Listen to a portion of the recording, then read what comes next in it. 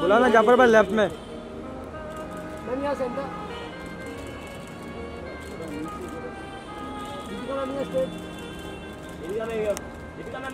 दीपिका जी यहाँ पे आइए। दीपिका जी तो लेफ्ट में आइए ना। दीपिका जी लेफ्ट में आइए ना थोड़ा। लेफ्ट साइड अभी लेफ्ट साइड वो हो गया मैम। लेफ्ट साइड हाँ ये। दीपिका जी राइट में। Thank you.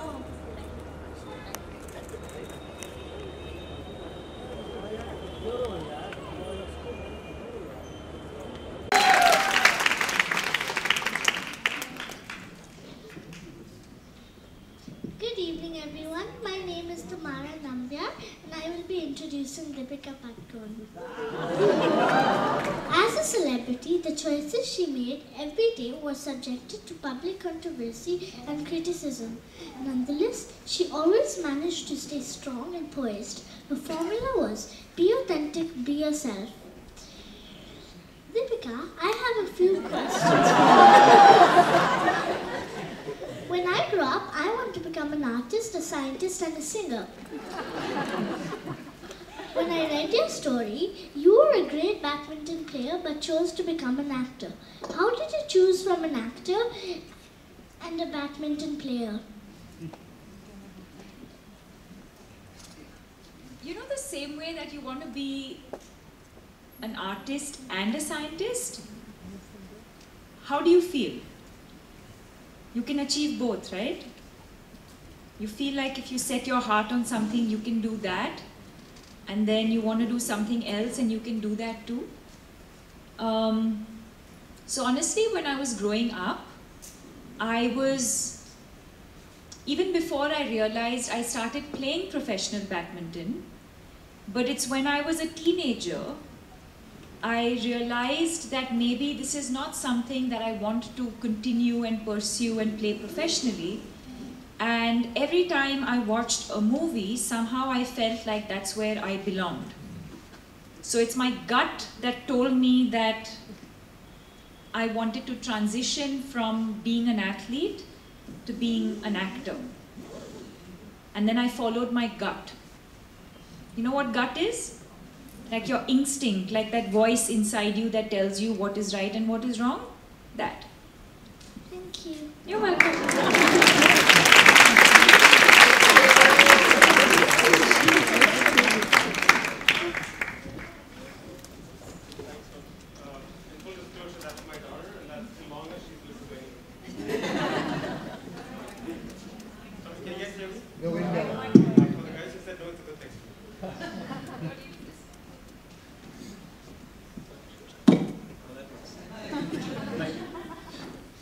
Next, can we have Anuradha Paul, the role model, and the question that's going to be posed to her is by Anya.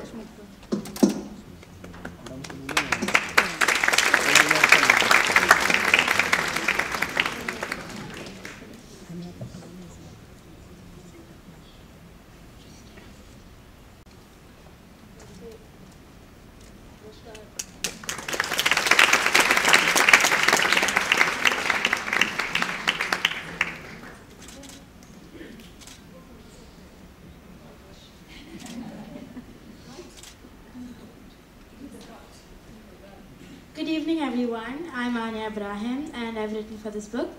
Today I have the honor of introducing Anuradha Pal. Her chosen journey was filled with roadblocks. She encountered discrimination for being a woman, trying to master a masculine instrument, skepticism for being young, and resistance for not hailing from a musical family. But Anuradha was not deterred. She was relentless with her discipline, training, and confidence. And I truly admire that. I have a question for Miss Anuradha Pal, if I may. Even though I'm 12, I have very little time. I have to study, play sport, and learn music. And I'm always being told to do more with my time. You have done so much. How do you do it?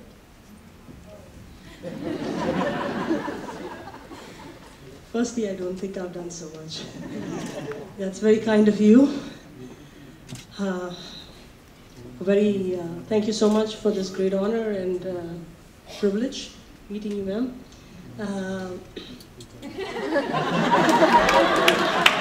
Not you.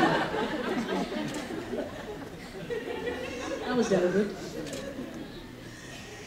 Well, you know, when the one most important thing that I learned, since there's a paucity of time, I'm going straight to the point. When I went through all the discrimination, the one thing I learned was not to listen to that negativity, to focus on my goal, to focus on what I wanted to do, what my heart was telling me to do. And I knew that ultimately my passion will do the talking. And so when I went through that journey, I was dismissed at every point, I was discriminated, but my parents egged me on. Though I don't come from a musician family, they were kind enough to encourage that passion. And also, my gurus, Ustad Alar Khan, Zakir Hussain, set such exacting standards, and they basically were so uncompromising. I'll tell you a little short, an incident. I was just 15 years old when Ustad Zakir Hussain asked me to accompany him on a concert tour. And so we were traveling, and the moment I was so excited, he called me at night and he said, "What are you doing in the morning?" And I said, "What am I doing? Getting up in the morning." So he said, "Meet me at the airport." And I went to the airport, and he had a flight ticket for him for Jaipur, and he said, "Go off to sleep." I said, "But I'm so excited, I'm traveling with you." So he said, "Well, just go to sleep." And the first thing I learned was, he said, "You're going to travel all your life, you're going to need rest. The moment you have a more opportunity, go to sleep." Okay. Then I reached there, and we did this grueling tour. I was put through a drill of lots of practice and all that. Of course, earlier I had gone through 10 hours of Chilla, which is called 10 hours of practice every day for 40 days, which I followed as a routine from the time I was in school. Because I wanted to ramp up before I learn from such great gurus. And so when I went on with Zakir Bhai, he tells me that, tomorrow you're going to play a concert with, you play the concert and I'm going back to Bombay. And I said, "But there are going to be eggs on my face, if I play instead of you." So he said, "Okay, stay up all night." And there was a Kathak dancer, and he said, "Sit up all night and practice with her." And I did. In this little room, I was locked up in this little room with no guidance from the master, nothing, no word. And all I had to do was learn from the beginning, whatever I had to do. The next day I performed, I kept practicing, and he kept saying he's leaving, but he didn't. Finally, in the evening, when it was time for the performance, he says, "You know what, you're not playing with the dancer, but you're playing with me." I said, "Oh wow, great. Thanks for letting me know a whole night I was practicing with the dancer, but that's fine." So when I get to the stage, I said, "So what are you going to play?" So he said, "What's your age?" I said, "I'm 15. So okay, so we'll play 15 beats. I said, No. I'm 16. Because 16 beats is a little easier to play. So he said, "No, now the damage is done. You said you're 15, play it." And I was put right into the drill. I had never learned that tal in my life, but I was put straight into the thing, and I played. By God's blessing, I somehow managed. But there was one point where I think I didn't do as well as he expected. Obviously, I was so scared. So he put me through a huge punishment, and the punishment was go up and down all the stairs and all the things. Anyway, it was a very bad punishment. So that was one thing that I learned, how to be quick-witted that day. I learned to be quick-witted, how to be adapting to the situation. And it helped me when I play with all the great maestros now that I play with since I've been 13. I've been playing with all the great maestros, been performing since I was 10. But that helped me a lot. So I think putting yourself to that grill and making sure that you actually surrender to learning does help. Also, I think, of course, there were many incidences like that sometimes, you know, and through my college days, I mean, I was doing crazy things. I had a very, very crazy schedule when I was in school.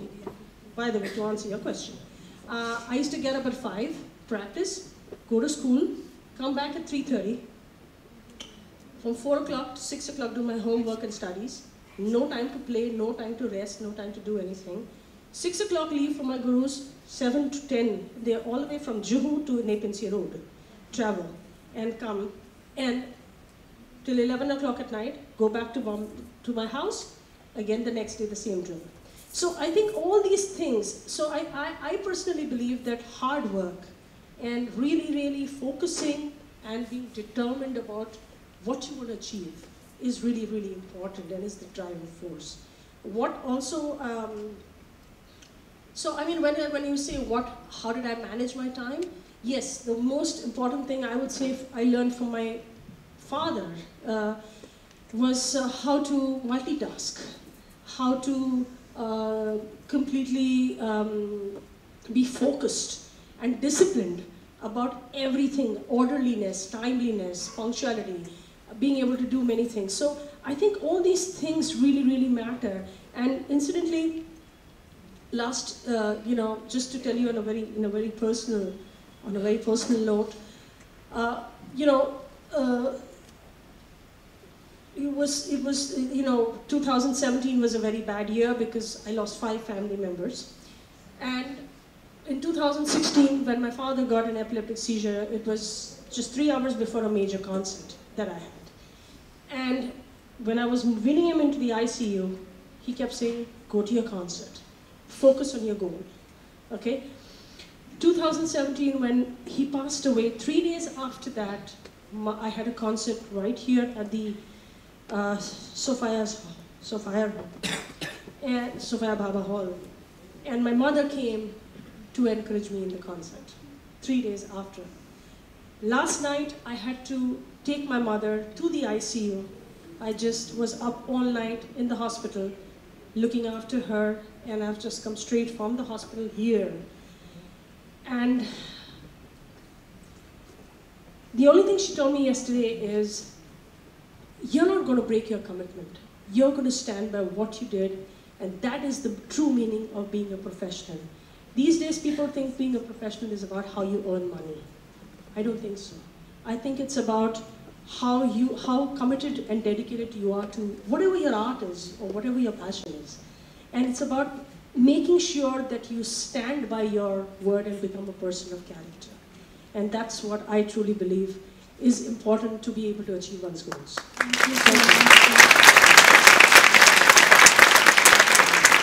Thank you, and wish your mom all the best. Thank you so much.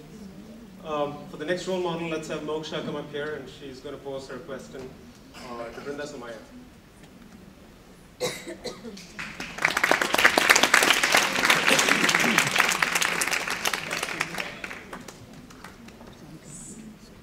Hi everyone, my name is Moksha Davalor. I'm 12 years old, and I have the honor of introducing our guest, Miss Brinda Somaiya. So here are a couple excerpts from her story in the book. Brinda Somaiya is an architect. She designs buildings. Brinda is also an urban conservationist. She protects the spaces around the new structures that she builds. In 2001, Brinda turned her attention to Badli, a little village in Gujarat that was demolished by an earthquake. Was it possible to rebuild the village exactly the way it was before the disaster? Yes, it was. Brinda did just that. So I had the honor and the opportunity to write Miss Somaiya's story, and despite all my research, we came up with a couple questions for her. The first one being, I live in the US and I know you studied there, so what made you decide to move back to India and to set up your architectural firm here? And secondly, what made you decide to work publicly and volunteer to build and restore public spaces? Well, I was just waiting outside, and one of the gentlemen there told me that I'm well dotted. So it's great to be here, and I would like to first congratulate the three women, Lakshmi, Reema, and Sharda, for bringing out a book for children, because this is something we all want to do and need to do desperately. As far as I'm concerned, I'm a different generation from some of the young ladies sitting here. I was in America those days. It was the 70s and 80s. And many people who went there at that time never returned. A lot of my classmates, a lot of young people, we all know that. I remember studying there, and one summer I was at Cornell Summer School, where I now happen to be a professor. And I spent the whole afternoon with a whole lot of Indian professors and their wives having lunch. And they spent the whole hour or two talking about India. And I saw myself maybe 20 years from then doing the same thing. And that's not what I wanted to do. I certainly did not want to be peripheral to any society in which I lived. So I had actually got admission to another master's degree. I went home. I went back to my university, and I called my mother and said, I'm coming home. And no regrets, because I think to live and work,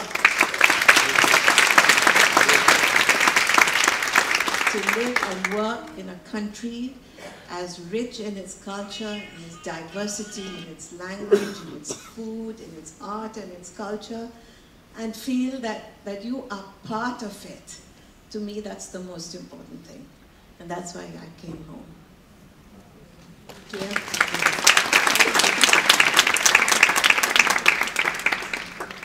Thank you so much. And to round up the panel, can I have Kavya come up here and pose a question to, what was the question? Dr. Seema Rao. Thank you.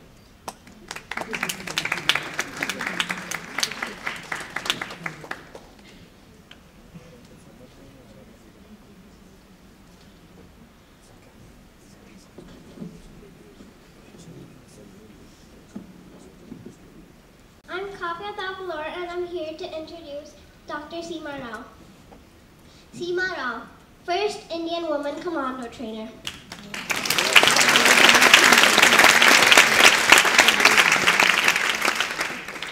Here is a passage from her story in the book.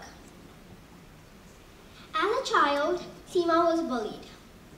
She would cringe with a mixture of helplessness and revolt, hoping for a strength that would put her on par with the bullies. Years later, after she became a medical doctor and married, her husband introduced her to martial arts. She embraced it and began her transformation from weakness to strength. Dr. Seema Rao, I have 2 questions for you. Yes, what are they? Number 1. I'm 8 years old and I've seen many kids being bullied. Okay. I've also experienced it myself. From your story, I know that you were bullied. Can you tell me and all the other kids out there about it? Question number 2. Okay, first and foremost, let me say that I'm extremely happy to be here with you wonderful people. And otherwise, my life is all about commando training. I'm India's first and only woman commando trainer. Yes, I train men commandos.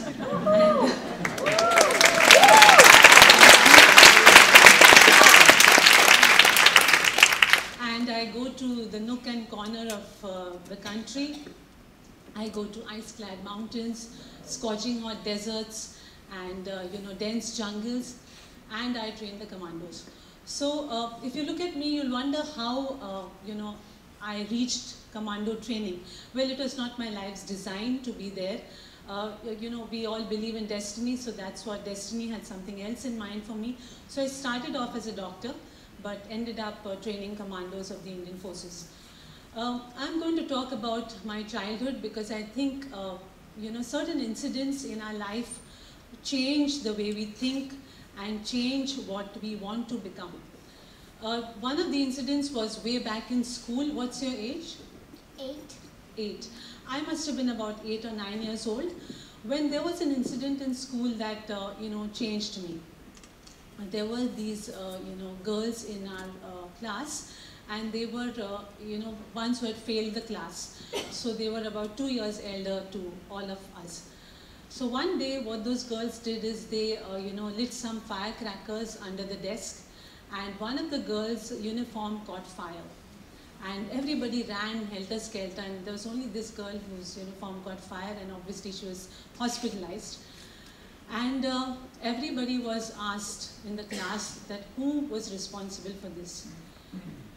Nobody owned up. Now, the thing is that I am also the daughter of a freedom fighter. I was very close to my father. So I think a certain degree of righteousness is, what I had inside me, which I realized when this incident happened, and, I realized that I was the only one to tell, the staff, the teachers, that it was these girls who were responsible for that incident. Nobody else said anything, but I was the only one. I was afraid, there's no doubt about that, but somewhere I thought it was just unjust, and I thought that, people who are responsible for doing harm to somebody else should be taken to task. So that was what happened then, and of course I paid the price for that because, about a few days later, my exams were around the corner. Those girls were taken to task and they were punished. So they had to get back. So one day when the school left and we were all leaving the classroom, I was the last one to get out. And these girls cornered me in the corridor. They caught hold of my hands. They pulled my bag. They removed my journal and they tore it to pieces in front of my eyes. Now, when you're the studious type and you see your journal being torn and the exam round the corner and you know that it's going to cost you your marks. So I looked at them with disbelief, tears in my eyes, and I couldn't do anything about that. And I still remember that helplessness that I felt at that time. Years later, I would like to tell you about another incident, but this was, when I was about 17 or 18 years old. So I met this young Dr. Male. He was into martial art, and then that's when I realized that if I had to change from weakness to strength, then this was one way I could do that. So I started learning from him, and there was this incident which again changed me forever. We used to live in Chowpatty, very close by, so we used to go to the beach and we used to practice martial art. Let me say that we are a very, very bonded couple. In fact, in the forces, people call us the ideal buddy pair. The ideal buddy pair is a concept where two people are that close that I can trust my back and that nobody is going to shoot from there because of him, and the same with him. So coming back to the story, so we were training over there on the beach, and it was about 9 o'clock in the morning. It was a hot, sunny day, and the beach was getting empty. It was time for us to go back, when suddenly there were a group of these, rap pickers who were passing by. And they happened to look down and see what we were doing. And they started passing lewd, demeaning remarks at me.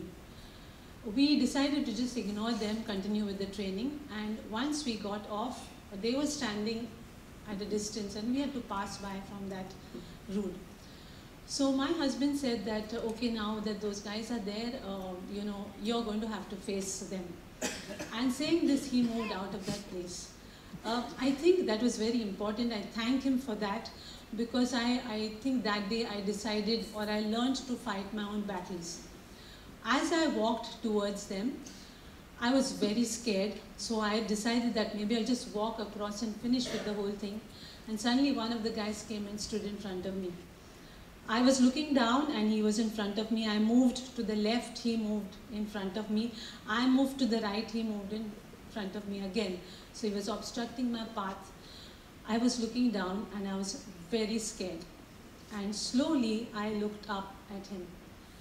And what I saw in his eyes, I did not like. I saw underestimation. I saw the look as if, you're just a woman. What can you do? You're weak. You can't harm me. And, I don't know what came over me, but I lifted my hand and I slapped him across the face. he got extremely enraged. He came back at me, okay, and he tried to headbutt me, tried to hit his head into my face. Luckily, I just bent down and I lifted my knee high up, and he got a hard shot on his head.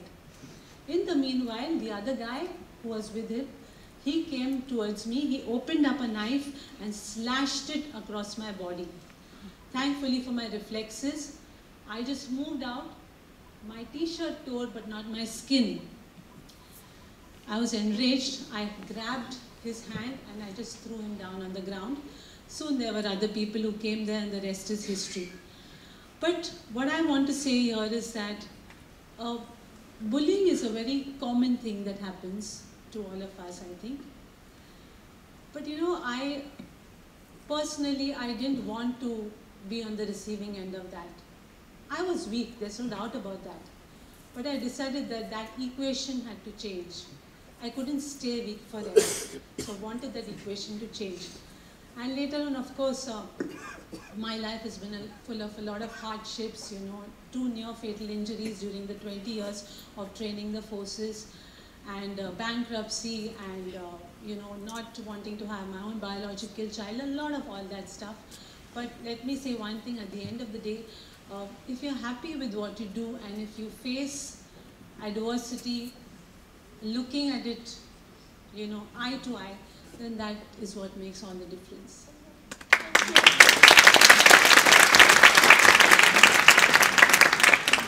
Thanks, Dr. Rao. Thanks, Kavya. So that gives you an indication of how inquisitive kids' minds are. And what I'd love to do next is to stitch that up with a personal favorite story of mine. And I hope this dazzles you as much as it dazzles me, and then we can get into a discussion with you guys as to what you think, how fair or unfair the world has been. I do want to start with a disclaimer that my job in this panel is to bring the law of averages of some power-hitting women out here down a bit, because that's what I do. But quick show of hands. Has anyone heard of Henrietta Living? Henrietta Living? The that was supposed to cure something. Close. She was an astrophysicist. Slightly different stream, but getting there. Yeah. We can combine this by the end of the evening. So the story of Henrietta Living is a remarkable one for the simple reason that most folks don't know who she is. And her contribution to the world and the universe is remarkable. So here's what she did. Henrietta Living in the late 1800s was hired by Dr. Pickering at Harvard. And there was a team of 80 women that he put together. And they were known as the human computer. And what these people did was fascinating. They looked at photographic evidence of what's called setted stars. So they just stared up in the sky, looked at stars, kept plotting it on a piece of glass, year after year after year for at least 11 years from what I remember. And then these women literally computed manually by hand the rate of the flicker, extrapolated it to the movement of the stars, and that led to Hubble looking at these things together, and he said, wait a minute, over the last 20 years these stars have moved apart, which means that the universe is expanding. And the inverse of that is that if it's expanding, and if you contract it, it all started with a bang. That led to the Big Bang. And this was 80 women who worked on this, got zero credit, and the fact that nobody here can name any of them is testimony to the fact that women don't get as much credit as they probably do. I want to make the story a little worse. The nickname for these women was Pickering's harem. Dr. Pickering is the guy who picked them, but these women were known as Pickering's harem. So on that note, in your own streams, clearly I'm sure you've dealt with issues where you've been looked down or up, purely on account of your gender. Right? I would love to hear your stories of what you had to go through, and it would be great if you can have one personal anecdote of a gender bias, and how do you fight it? It's one thing to read about this in the newspapers, but what would be remarkable is if that's something you can touch upon at a personal level that we can relate to. Any other? I don't think necessarily that it's always connected, necessarily, always connected with your profession. There are some issues that women have and will always have. And I think we have to not accept it, but be proud of it, live with it, see how we can work with it. And in 2000, I organized a conference for women in architecture.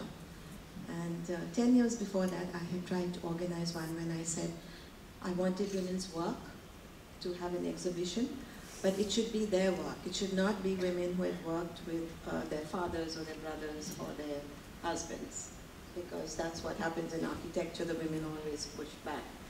And I didn't get any response. But 10 years later, in 2000, when I sent out the same thing, but I made one difference. I said, even if you work with your father, brother, or husband, if the work is yours, you can participate and take part in this exhibition. And things had changed hugely. So change is always happening. And I always look at it as a celebration and not to make excuses.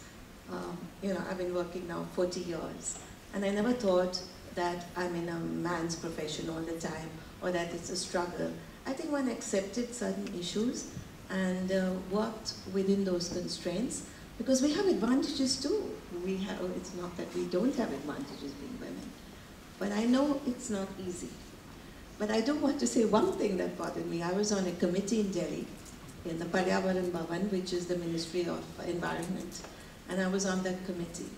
And I had to fly to Delhi and reach the Paryavaran Bhavan before 10 o'clock and get up at 5 o'clock in the morning to catch the flight. And I would reach there and I would ask, well, where's the women's toilet? And there wasn't a single toilet in that whole building, except in one corner there was a filthy toilet which was locked down. So this indifference to women's needs is not just at a high level, it works right down. A few years later, I had studied at Smith College and I got a doctorate there. And one of the other women who was given an honorary doctorate was the first woman at the American Stock Exchange in New York. And she said when she began work, there wasn't even a toilet in the entire building for women. And she had to go out of the building and go to the next building. So there are many, many issues that we have to overcome. But we're strong, and I think if we love what we do with a passion, we keep our integrity and our value systems intact, we will shine always.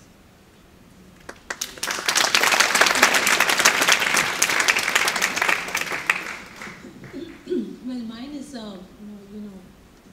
physical field, so it's a field where I need to prove my prowess, my skills, to convince my male commandos, the trainees, that I can train. So whether it is shooting with an AK-47 and hitting the bullseye in one swift movement, or whether it's boxing and wrestling with them and getting straight away onto the ground. So this has always been the kind of work that I do. So I think in this I've always had to keep myself, my skills honed up. And like I said, it was a physically demanding thing, so I had to keep myself always, completely fit and being able to do anything. So that's how it worked with me. And training commandos are extremely elite. They're very good. They're the best. So it's very obvious that when I would go to train them, there would not be any underestimation that I would have. And once I was able to prove myself to them, then it was quite easy after that. So I also think that men and women, we talk a lot about empowering women and all that. That's perfectly fine. But I also think that men and women can work together. They don't have to be adversaries, but they can wonderfully work with each other, because each of the two sexes has their own positives. Like if the concept of yin and yang, okay, if you think of woman, she's yin in the sense that she is adaptable, she is understanding, she has all the softer qualities, and a man is aggressive, and he has drive. So these are the male qualities, the yang qualities. But every woman should also develop some yang, and every man should also have some yin. And primarily, if both work together, then each one's yin and yang works together. So I think they can succeed more easily.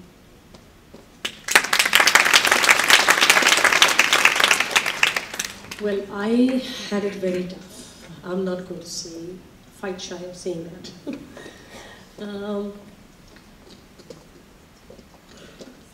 It all started when I was 7 years old and I wanted to learn, I was learning vocal classical music. I believe your question is about what I faced. Right? Am I right? Yeah. So, I was learning vocal classical music, and tabla was something, when I was singing, the sort of the rhythmic aspect came as if naturally to me. So people said, I think you're rhythmically inclined, so why didn't you learn tabla? My brother was learning tabla, and when I told his teacher, requested his teacher to teach me, he said, "Tum to ladki ho, tumse nahi hoga." Straight away. So I said, but give me a chance, thoda sa main koshish na karu. Ye ladkiyon ka kaam nahi hai, tum to abla ho. I remember the word. Abla is a helpless person.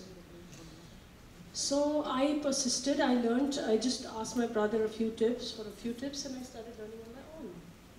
And accidentally, the teacher came home early one day, and he heard me playing, and he said, "Kahan se seekha?" I said, "Aapne mana kar diya, maine bhai se pooch ke thoda bahut kar liya." So then he started teaching me. So that was the beginning. Then when I started performing when I was 10 years old, it first hit everybody that who's this person, a total rank outsider, not from a musician family, a girl in a male-dominated field, how dare she comes. And I remember one of the television shows, some person asked me, "Aapne is field mein aane ki gustaki kaise ki?" These were the words. It was national television. And he asked me this question, "Aapne is field mein aane ki gustaki," which means how dare you actually got into this field. And of course, a lot of male musicians and tabla players particularly were obviously upset because here I was getting into their territory. And it was a very well-guarded male preserve. Okay, then when I went on and I started performing, I went through, one of the first, I'll narrate a short incident. When I was performing with Sultan Khasa, the great Sarangi maestro, in Kota, in Rajasthan. And I was just about 14 or 15 years old at that time. And this was a concert for the Sangeet Natak Academy, and when he went on the stage, and I followed him with the tabla, carrying the tabla. And it's sad. So people thought, okay, I'm some assistant and the tabla player is coming from behind. I'm just a little, assistant holding the tabla. And here I come and sit on the tabla. So there's this murmur in the audience. In Kota at that point, the men and the women, husband, wife, didn't even sit together. The women had the parda up to here and they sat separately even if they were husband, wife. So this side men, this side women. So then they're talking amongst themselves, "Ye kahan se ladki aa gayi, pata nahi wo kahan chala gaya tabla player, kahin bhag gaya hoga," or whatever. They were talking amongst themselves. So the concert started and I started to play. So the Sultan Khan, he started playing the alap, and I said, so I started playing. And the audience got up and said, "Oh, okay, usko tirakita bhi bajana aata hai." Means that's a tabla ka phrase hai. Tirakita bhi bajana aata hai. I'm hearing all this, okay? I'm not imagining this. All this is actual. They are actually telling me, "Acha, usko tirakita bhi bajana aata hai." It's like saying this, okay, she knows a little bit of tabla. Okay. Then Sultan Khan looked at me and he used to call me Karishma, out of love, wonder girl. So he said, "Karishma, tum bata do, tum kya cheez ho?" He looked at me and he said, "Bata do." That was it. So that was it. So I said, "Okay, that's it, man. Now this is my chance." So I went and I played my heart out. The audience got up and ran towards me on the stage. And I didn't know what to do. Now I'm sitting in this horrible cross-legged position, can't get up, can't run. The only thing I have in my hand is my hammer. My tabla ka hammer to tune, you know what I used to tune? That's the only thing I have. So I think, okay, now this is my little sword, you know, Jhansi Ki Rani types. And they were all coming and looking at me and saying, am I for real? You know, am I actually a girl or am I somebody else? This was the kind of response. And so this was a positive thing. Of course, later, you know, at every step of the way, when there was a lot for me to sort of, you know, the groupism, the nepotism, the fact that I didn't come from a musician family was like, who the hell is she? Sorry, okay. Brother, we'll come back to you. I've been told that folks have to leave, so we'll just come back to you in a second. But great insights. Let's hear your stories. Just continuing that same line of thought. If there is one. You know, actually, I've been thinking about it. I'm like, great, I have like some time to think about my, you know, moment or like an incident. But to be very honest, other than professionally, and even professionally, it's literally like, maybe like one or two things like pay scale. Other than that, I have to say that I've never really experienced it. But maybe now when I think about it, maybe it's the way that I was brought up. It never sort of, I didn't look at it through that lens ever. So maybe there have been instances where I have faced that sort of discrimination of male versus female, girl, boy, but maybe I just didn't register it because that's not the way. I've grown up in a family, there's just me and my sister, we're two girls, and we were never made to feel like we cannot accomplish something because we're girls. I started playing badminton at a very young age. Girls and boys traveled together, we played together, we stayed in dormitories together. We had the same issues of like not having toilets or not having you know, water to shower.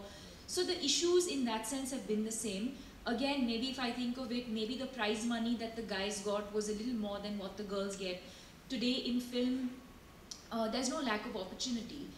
Sure, in the kind of films that we've made, maybe say a couple of years ago, and the place of a woman in a film versus how those roles have changed today are very different.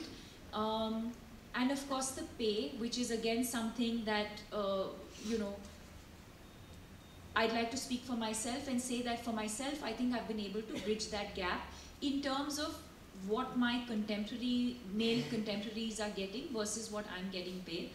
There was a recent incident where a director offered us a film and said, you know, creatively I liked it, and then it came to sort of talking about the monies, and I said, okay, so this is what I would charge, and it kind of went back and forth where he came back and said, you know, actually we won't be able to afford this because we have to accommodate the male, you know. So I said, okay then, tata, goodbye, because I know my track record, I know what I'm worth, I know that his films haven't been doing as well as my films have been doing. So it made absolutely no sense. So I was okay to say no to that film based on that one thing because I just thought it was unfair, and I'm ready today to take those steps or measures or decisions for myself because I'm going to be able to sleep peacefully at night. I don't think I'd be able to live with that sort of thought knowing that I've been a part of a film, had the same sort of creative contribution, or bringing the same sort of value to a film but being underpaid. I was not okay with that. So I think some of those instances, but I think broadly, I've never been made to feel less or not being able to achieve something because of being a woman. If I may just say one thing here. We did a survey of women and successful women, and I also have just one sister. We're just two girls in the family. And strangely enough, they found where there were only daughters, the confidence level was different than when there were sons as well in those families. At least maybe generation before. That's interesting. I'm sorry, there's a beautiful research by Gina Davis about I forget what the technical term is, the extras in the movie. Over a span of about 800 Hollywood films, turns out that 90% of the background extras are male. So to your point of subconscious conditioning as to what one sees on screen and what goes on literally in the background. But I thought it was a remarkable statistic which just goes unnoticed. What about you? मैं बताती हूँ discrimination के बारे में. Friends, it is so annoying. No, I'll tell you, I think it ties in with the, yes. It ties in with what we are sitting here today for, is that stand-up comedy to a very large extent is storytelling, is telling the truth about your life and telling sometimes an exaggerated truth about your life. And I realized that, when it came to lineups and stuff, people would be like, oh my God, you're really funny for a woman. I was like, yeah, but it makes you realize that women have to work triply hard for someone to be interested in their story. Like, I know that like a fellow comic once came and told me, "Tere ko pata hai na, tere set mein sab sutta marne jate hain." And I was like, really? What do I have to do? What do I have to do to follow up that guy before me who did like a round of terrible jokes? Which everyone was like, हाँ, सच्ची, correct, औरत बहुत time लगाती कपड़े पहनने में. So correct, this man is telling some real truths of life out here. And then you go on stage and you're definitely saying things that people have never heard before. And actually, that was one of the reasons I got into stand-up, was because I was like, I can't identify a narrative of where the woman is funny and not hideous. Like, like otherwise they'll be like, "Arey, wo ai, pom, pom, pom, pom, pom, pom, pom, pom, pom." And I was like, Kyun? Why can't we be owners of our own stories, and why can't we take the center stage not as an object of attraction? I know that like corporate gigs, I still get like, "Arey, female comedian, shakal kaisi hai?" I was like, "Koi nahi puch raha jokes kaise? Koi nahi puch raha." And then honestly, I would like to say, Deepika, that I would have totally been like a Deepika Padukone myself.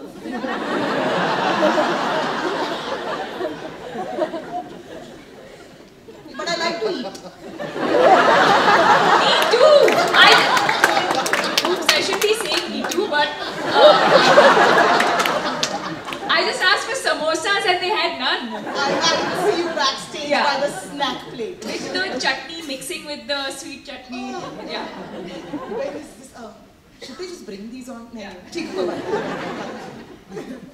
Let's flip it around so that Deepika doesn't get enough time to think this time. And we'll keep it.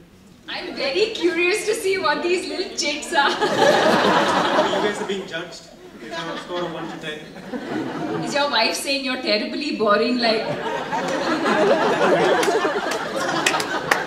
Secret to my marriage success, which is 17 years old. Just say yes. Yeah. Great conversation. But this mantra that all you men think like works. It's not a secret anymore. My parents have the solution for this. My mom and dad are somewhere here. And I remember once I heard them argue when I was 10 or 12.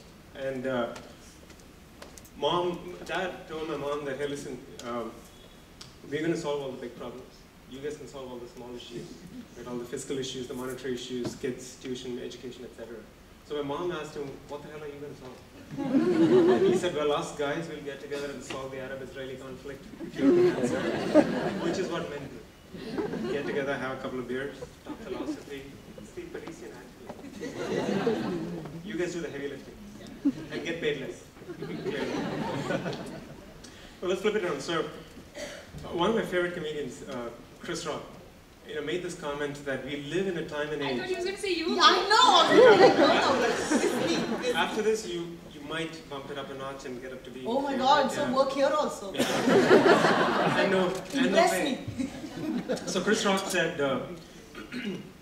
we live in a time and age where everything is so politically sensitive that the gig for a stand-up comedian is borderline pushing the envelope between the last bastion of free speech, right, and maintaining that professional ethic.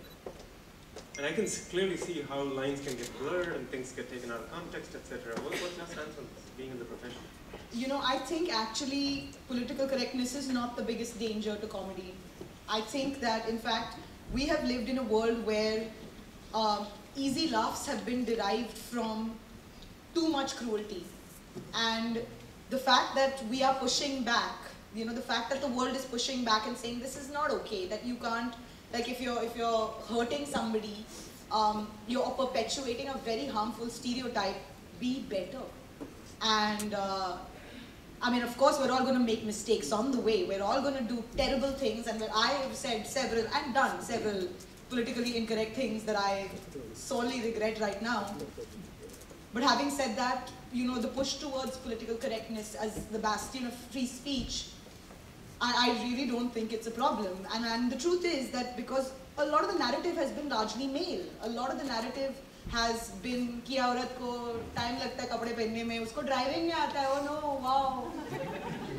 I'm like, you know, in Saudi Arabia, women are not allowed to drive. So give us some time. Nobody's like, अरे मर्दों को साड़ी नहीं पहननी आती. Give them some time to learn. So it's sort of, you know, I think that, in fact, if anything, you know, not maybe curtailing voices, but giving mics to, or giving stories to people whose stories have not been heard before is going to actually lead us to a more inclusive and empathetic world. And women will actually feel, because I mean, I don't know, maybe we, like women are more, somebody told me this recently, ki Aditi, yaar, you know, sometimes you're a lot more cruel in real life than you are on stage. And I was like, you know what, it's true, because I feel terrified to sometimes say some really, really cruel, funny things, which I know my male friends will like gas off with confidence and someone's like throw money at them or whatever. But so I think that when you hear more empathetic stories, when you hear more kind and more inclusive stories, you just have a more empathetic, inclusive and kind world. Thanks for that. Deepika's got to run after this. We'll continue the panel, but let me pose a question to you. And a fellow venture capitalist recently wrote about, I don't know if you guys have read this article, about the return of investment on any movie that has been made in 2018 over a budget of 50 crores. Have you read about this? It's fascinating. So every movie, this is the last question for Deepika. I'm getting all these cues. In 2018, all the movies... Guys, like, are we under attack? No, you know what I feel like. Samosa taiyar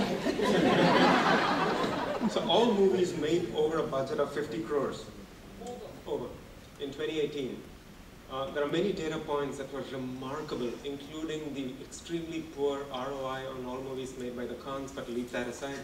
I had to slip it in. The top 5 movies, purely in terms of return on investments, have, of the top 5, 4 have been women-centric themes. That's saying something. And do you think this trend will continue, being in the industry? And I think it's pretty awesome that someone ran this analysis. So, just to give you numbers, so the return on investments on real estate in India was about 7%. The Khans returned 9%.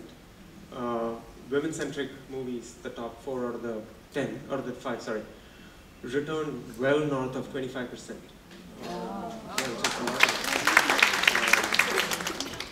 Be happy to share this link with you guys, but what do you think of this? I think it's amazing, and I think, look, I think it's nice for us to say women-centric or female-centric at you know, at a moment like this when we're talking about female role models. Having said that, when it comes to creativity, we need to look beyond female or male. It's about the film. If the film didn't work, you know, it's okay. It's a different thing that the films that the Khans didn't work. But say there was a film like Andhadhun that was led by Ayushmann. So I think that it really boils down to the script itself. But yes, I see a trend which is films that, you're right, films that are being led by women are doing much better. Also, we're in a place today where directors are changing roles. And that's unheard of.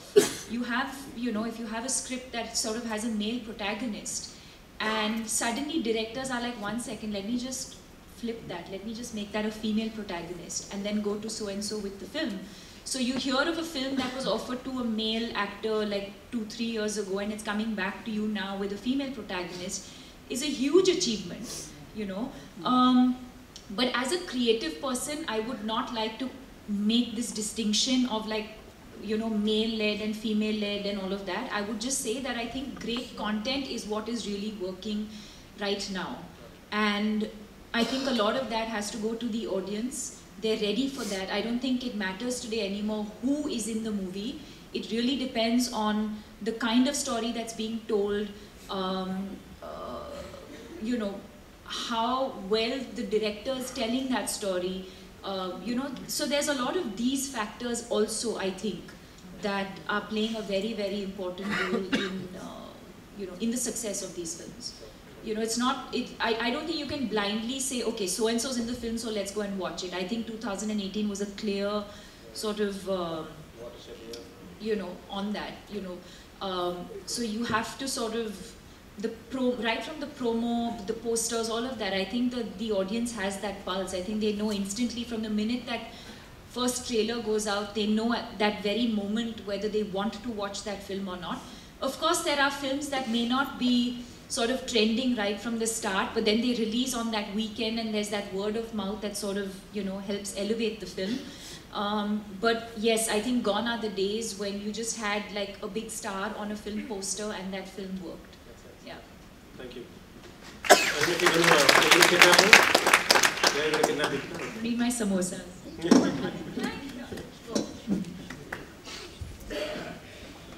So we're going to unveil the book at this point before Deepika leaves, and then get back to the panel. So let's have you guys steal the show.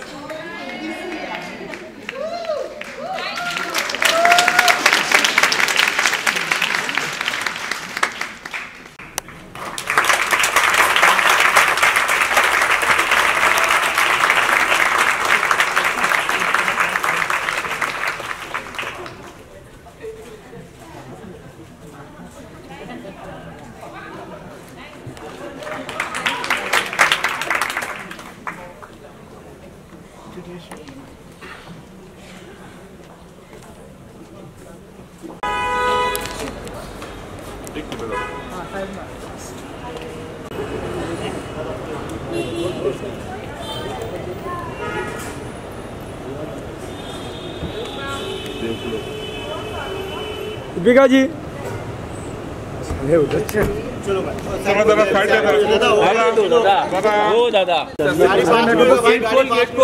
Seat ही दिख रही भाई अमूल भाई, seat ही दिख रही। वो mirror का shadow ये दादा अच्छा शॉट था।